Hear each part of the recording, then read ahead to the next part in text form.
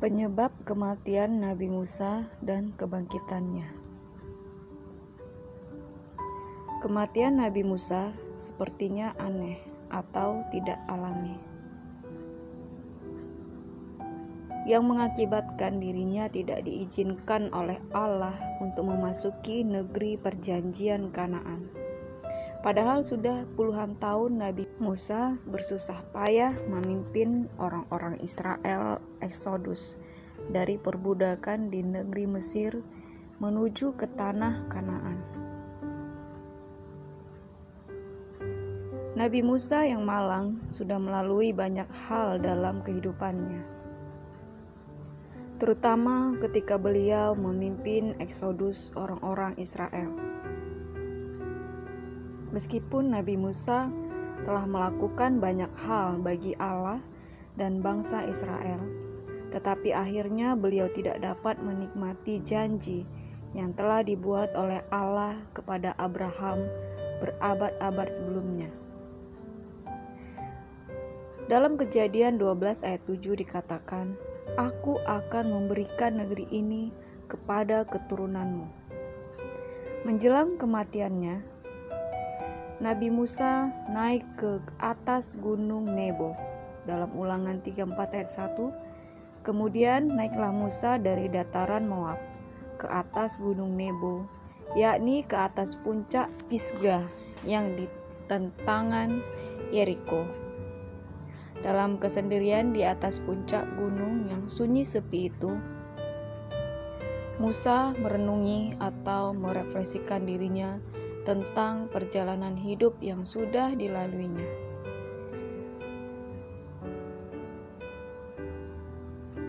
Di dalam kesunyian itu, ia telah mengulangi kembali kehidupannya yang penuh dengan ujian dan kesukaran. Ia meninggalkan kehormatan istana dan kerajaan Mesir untuk menggabungkan hidupnya dengan umat pilihan Allah. Ia mengingat kembali tahun-tahun tatkala ia bersama-sama dengan kawanan domba Yitra.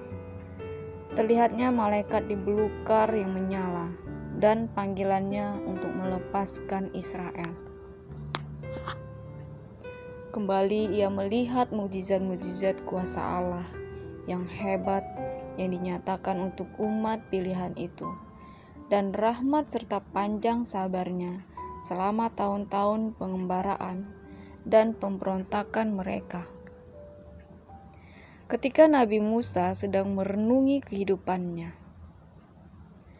dalam Ulangan 34 ayat 1-3, lalu Tuhan memperlihatkan kepadanya seluruh negeri itu, daerah Gilead sampai ke kota Dan, seluruh Naftali, tanah Efraim dan Manasye, seluruh tanah Yehuda sampai laut sebelah barat, tanah Negeb dan lembah Yordan, lembah Yeriko, kota pohon kurma itu sampai Zoar. Dalam Ulangan 34 ayat 4, dan berfirmanlah Tuhan kepadanya, "Inilah negeri yang kujanjikan dengan sumpah kepada Abraham, Ishak dan Yakub. Demikian kepada keturunanmu lah akan kuberikan negeri itu. Aku mengizinkan engkau melihatnya dengan matamu sendiri, tetapi engkau tidak akan menyeberang ke sana." Bunyi ayat selanjutnya tersebut menuliskan bahwa Tuhan mengizinkan Nabi Musa untuk melihat negeri perjanjian dengan matanya sendiri. Tetapi Tuhan tidak mengizinkan Nabi Musa untuk menyeberang ke sana. Dan bila kita perhatikan, lokasi antara puncak gunung Pisgah, tempat Nabi Musa saat itu berdiri, dengan lokasi seluruh wilayah tanah Kanaan berada, jaraknya sangat jauh. Dan secara logika, sesungguhnya tidak mungkin bagi Nabi Musa bila berdiri di tempatnya saat itu. Dengan penglihatan yang normal sekalipun, Nabi Musa dapat melihat semua wilayah yang ditunjukkan oleh Allah kepadanya. yaitu wilayah mulai dari Moab, ke Dan, ke Naftali, dan seterusnya. Seperti yang dituliskan dalam bunyi ayat sebelumnya. Sebuah tulisan dengan jelas menuliskan, hal itu adalah pernyataan supranatural.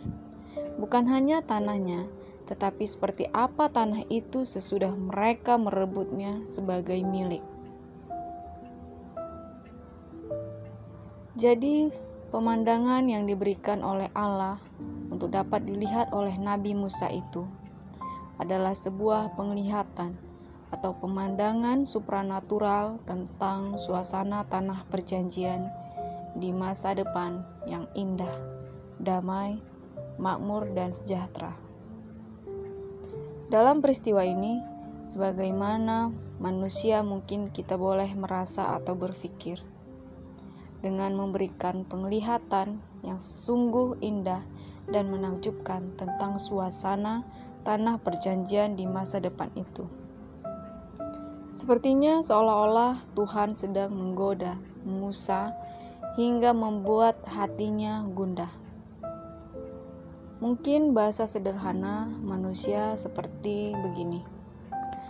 Coba seandainya dulu kamu enggak melakukan pelanggaran. Seperti yang sudah dijelaskan di video sebelumnya, yang linknya ada di halaman deskripsi video ini. Bahwa tentu Nabi Musa akan diizinkan menyeberang ke tanah perjanjian dan dapat menikmati semua keindahan yang ada dalam penglihatan tersebut.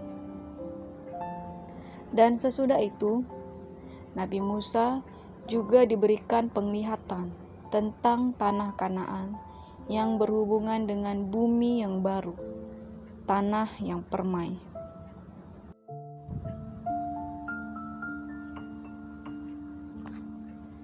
Masih ada pemandangan lain yang terbuka untuk pandangannya. Bumi dibebaskan dari kutukan, lebih indah daripada tanah perjanjian yang permai yang baru saja terbentang di hadapannya.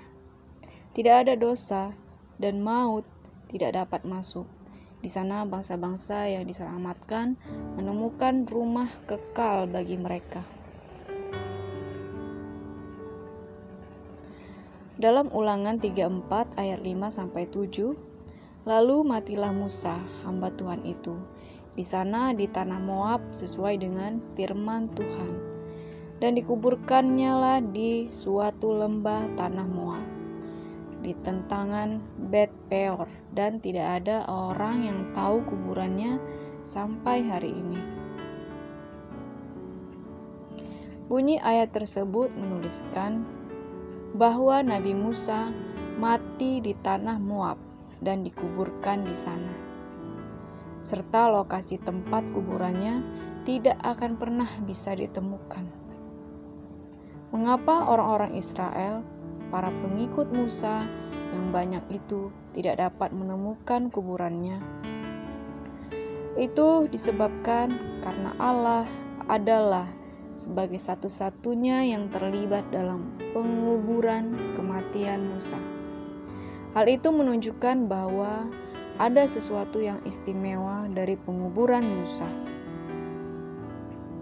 Jadi bila misalnya sekarang ini ada orang yang menuliskan atau memberikan informasi tentang lokasi tepatnya kuburan Nabi Musa, tentu penemuan itu masih harus diselidiki lebih dalam lagi. Karena hal itu tidak sesuai dengan kebenaran yang ada di Alkitab, yang sudah dituliskan di masa yang jauh sebelumnya. Merujuk pada informasi tentang kesehatan Nabi Musa yang sempurna dan diberikan oleh Alkitab. Sepertinya kematian Nabi Musa itu secara aneh atau tidak secara alami. Sebab dituliskan bahwa di usia kematiannya Nabi Musa masih terlihat sehat dan kuat. Dalam Ulangan 34 ayat 7, Musa berumur 120 tahun ketika ia mati. Matanya belum kabur dan kekuatannya belum hilang. Dalam frasa Ibrani tertulis Al-Pi Yahweh, YHWH, atau sesuai dengan firman Tuhan.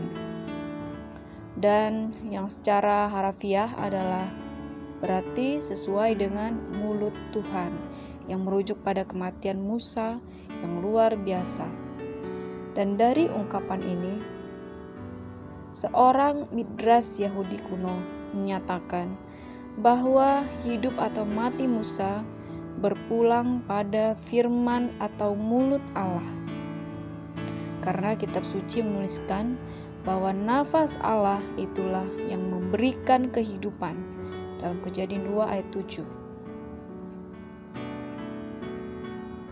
Sehingga dia menghubungkan adanya penciptaan kembali secara ajaib bagi Musa. Namun apapun pendapatnya, meskipun teks dalam kitab Ulangan yang menuliskan kisah kematian Musa dan tidak menyebutkan tentang kebangkitan Musa, tetapi kitab Perjanjian Baru memberikan terang bagi kita. Melalui teks di kitab Perjanjian Baru, pada akhirnya kita dapat mengetahui bahwa Nabi Musa sekalipun tidak bisa masuk ke tanah perjanjian duniawi, dan itu bukanlah sebuah penghukuman.